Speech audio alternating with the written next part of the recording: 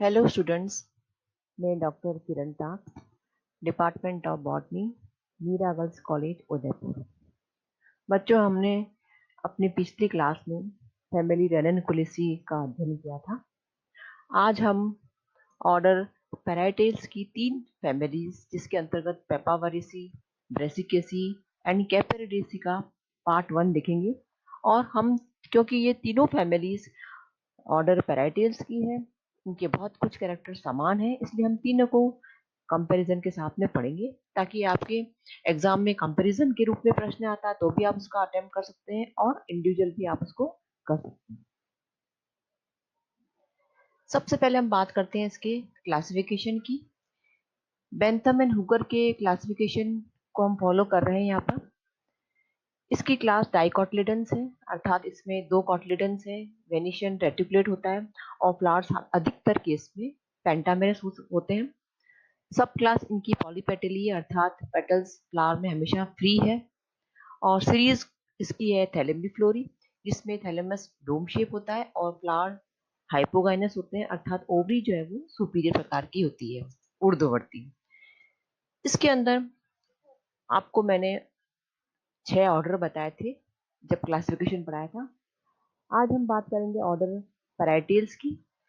पैराइटेल्स order के अंदर इसका मुख्य नाम से इसे पता चल रहा है कि इसमें एक तो पैराइटल क्लासिफिकेशन होता है, अर्थात वित्तीय इसमें बीजान्यास होता है, और साथ में कार्पल जो होते हैं वो फ्यूज होती है सिनकार्पस से, और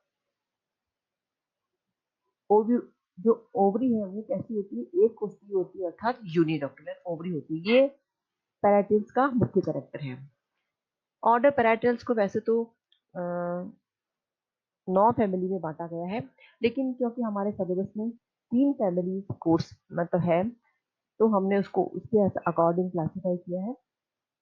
ऑर्डर पैराइटल को दो कैरेक्टर्स के आधार पर हम इसको विभाजित कर सकते हैं।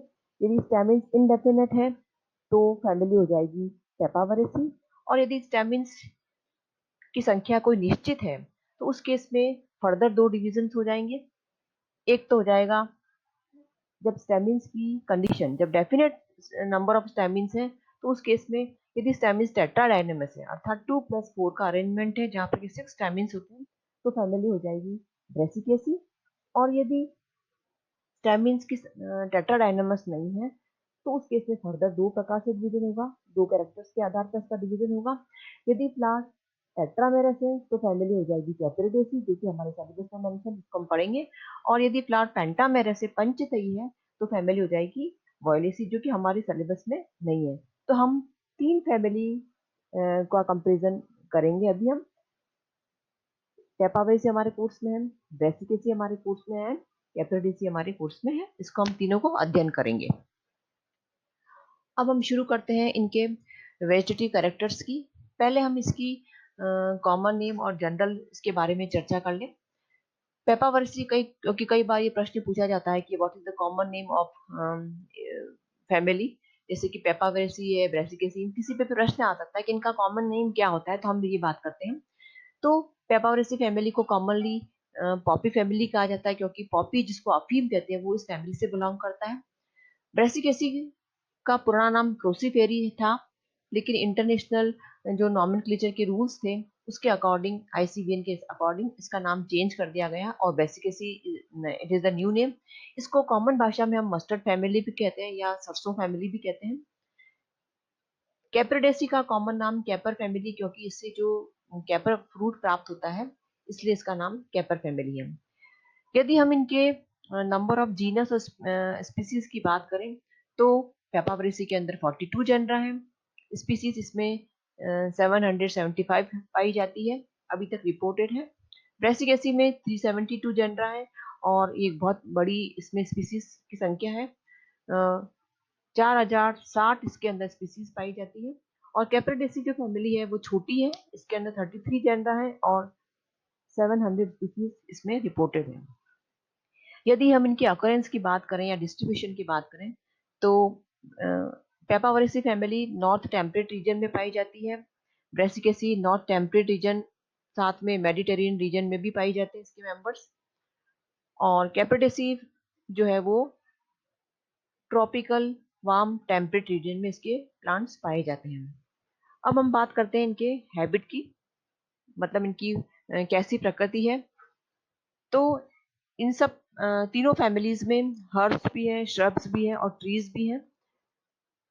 पेपावरेसी में अधिकतर जो प्लांट्स हैं वो एनुअल हर्ब्स होते हैं, मतलब वार्षिक होते हैं, हर्ब हैं, जैसे कि एग्जांपल इसका है पेपावर है। श्रब्स इसमें रेयर है, उसका एग्जांपल है डेंड्रोमिकॉन। और अंडर श्रब जैसे कि आर्जिमोन मिलता है, जो कि हमको ऐसे वीड की तरह ग्रो करता हुआ दिखाई देता है, और इसको हम कॉमन भाषा में सत्यानाशी भी कहते हैं, और हमारे यहाँ पर ये बहुत एज ए वीड ग्रो करता है। और ट्रीज इसमें एक ही प्रकार का, एक ही प्लांट है, एक ही जीनस है जिसका नाम है बोकोनिया। तो इसमें हर्ब श्रब ट्रीज तीनों प्रकार के हो गए। इनके अंदर जो प्लांट है पेपावरेसी के, उसके अंदर मिल्की या कलर्ड लेटेक्स पाया जाता है, मतलब क्षीर पाया जाता है। जैसे कि आर्जिमोन के अंदर येलो कलर का लेटेक्स मिलता है, और पेपावरम में, पेपावरेसी मतलब पेपावर सोमनीफेरम में व्हाइट लेटेक्स पाया जाता है, और चेलिडोनियम में ऑरेंज कलर का लेटेक्स मिलता है। बेसिकेसी की हम बात करते हैं, तो बेसिकेसी में हैबिट के रूप में इसमें हर्ब भी है, अधिकतर इसमें हर्ब्स ही हैं, और वो एनुअल होते हैं, मतलब एक साल में उनकी लाइफ साइकिल खत्म हो जाती है। लेकिन कुछ ऐसे हर्ब्स भी जो कि द्विवर्षीय होते हैं, बाइनियल होते हैं, जैसे कि टर्निप जिसको हम शलजम कहते हैं, और रेडिश मूली हमारा। इसमें क्या होता है कि फर्स्ट फेज में तो वेजिटेटिव पार्ट डेवलप होते हैं और फ्लावरिंग होती है, बाद में उसके अंदर नीचे की तरफ जो रूट्स होती हैं उसमें स्टोरेज होता है, वो उसके सेकंड पार्ट में होता है। तो ये बाइनियल द्विवर्षीय पादप है।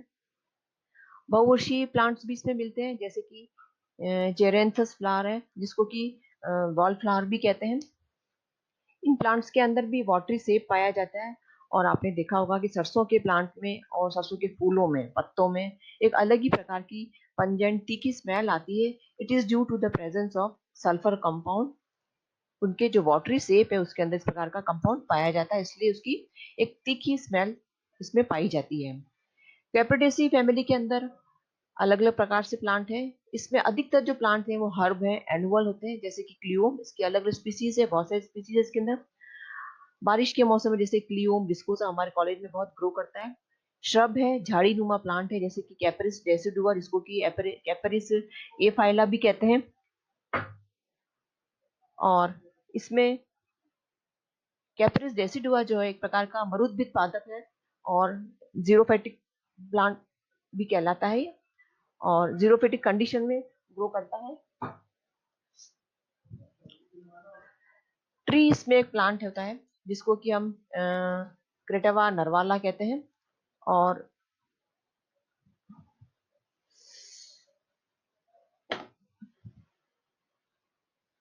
ये ट्रीज का प्लांट होता है क्रेटावा नरवाला। और इस फैमिली में एक वुडी क्लाइंबर भी मिलता है, जिसके फ्लावर में बड़ी अच्छी फ्रेग्रेंस होती है। मेरुआ इस प्लांट को कहते हैं, ये क्लाइंबर है और वुडी होता है और पेरिनियल है। इन प्लांट्स में भी वाटरी सेप पाया जाता है। तो ये तो हुआ इनके हैबिट, कॉमन नाम इनके बारे में। अब हम बात करते हैं इसकी वेजिटेटिव कैरेक्टर्स के बारे में। इनमें लीव्स का जो कैरेक्टर है वो कैसा है, पेपावरसी में लीव्स अल्टरनेट होती है, अर्थात एकांतर में होती है। स्टिपुल्स इसमें नहीं पाया जाता, अर्थात दे आर एक्सटिपुलेटेड, अनुपर्ण इसमें एब्सेंट होते हैं। और लीव्स या तो सेसाइल भी हो सकती है या फिर सवरंत अर्थात पिजियोलेटेड भी हो सकती है। लीव्स पूरी कंप्लीट मार्जिन के साथ भी हो सकती है, और इसमें लोब्ड मतलब पालीनुमा भी हो सकती है, और पिन्नेटली कट भी हो सकती है। जैसे कि एग्जांपल्स हैं, पेपावर सोमनीफेरम है, इसके अंदर एस्कोल्जी है, इसमें इस प्रकार की कंडीशन देखी जा सकती है। ब्रेसिकेसी के अंदर लीव्स या तो सिंपल हो सकती है या फिर पिन्नेटली डिसेक्टेड भी हो सकती है, कॉलाइन भी हो सकती है इसके अंदर। जैसे कि एनुअल जितने भी प्लांट्स हैं उसके अंदर लीव कैसी होती है, कॉलाइन प्रकार की होती है। कॉलाइन का मतलब हुआ कि लीव्स जो होती है वो they are attached to the main stem, और कुछ केसेस में लीव्स रेडिकल भी होती है। रेडिकल का मतलब ये हुआ कि leaves are attached to the condensed shoot, अर्थात जैसे कि टर्निप में होता है, उसमें जो स्टेम होता है वो बिल्कुल कंडेंस एक डिस्क रोमा स्ट्रक्चर होता है, वहां से ऐसा लगता है जैसे लीव्स अपीयर हो रही है, तो ऐसा लगता है कि जमीन से सारी लीव्स निकल रही है।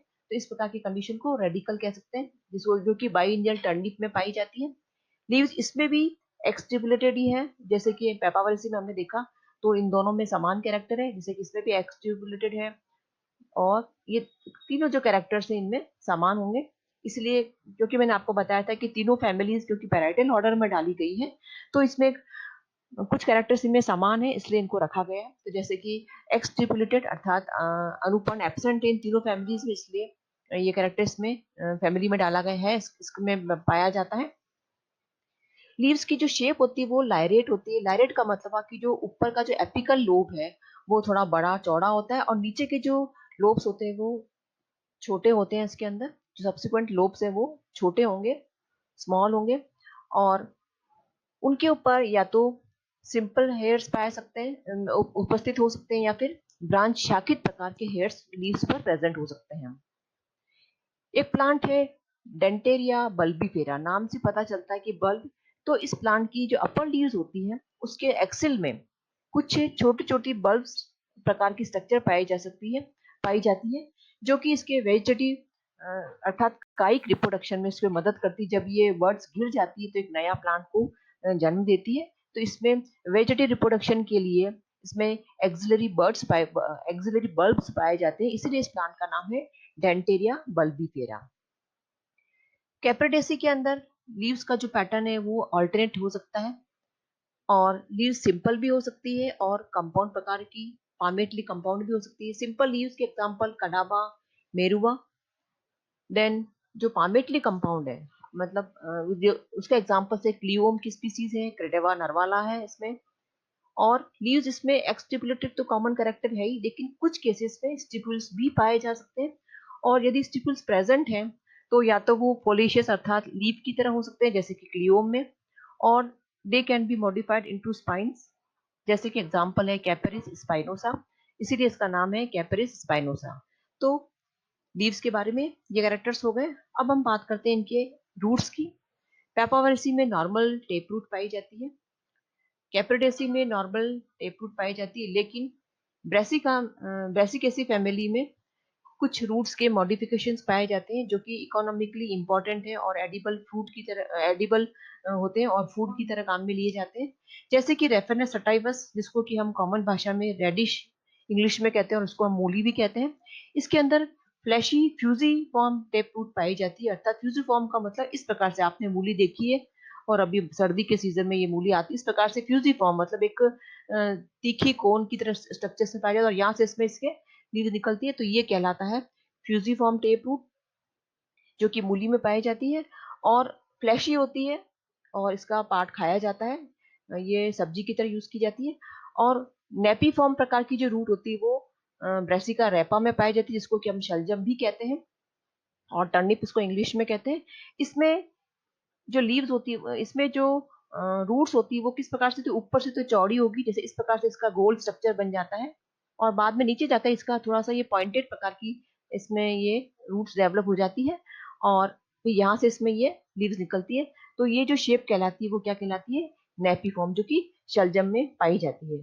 तो बच्चों आज हमने तीनों फैमिलीज के पेपावरेसी, ब्रेसिकेसी और कैप्रिडेसी के उसके डिस्ट्रीब्यूशन, उसके जेनरा, स्पीसीज तथा उसके वेजिटेटिव कैरेक्टर्स के बारे में पढ़ा।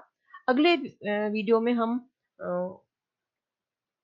इसके फ्लोरल कैरेक्टर्स के बारे में अध्ययन करेंगे इन द पार्ट 2। थैंक्स।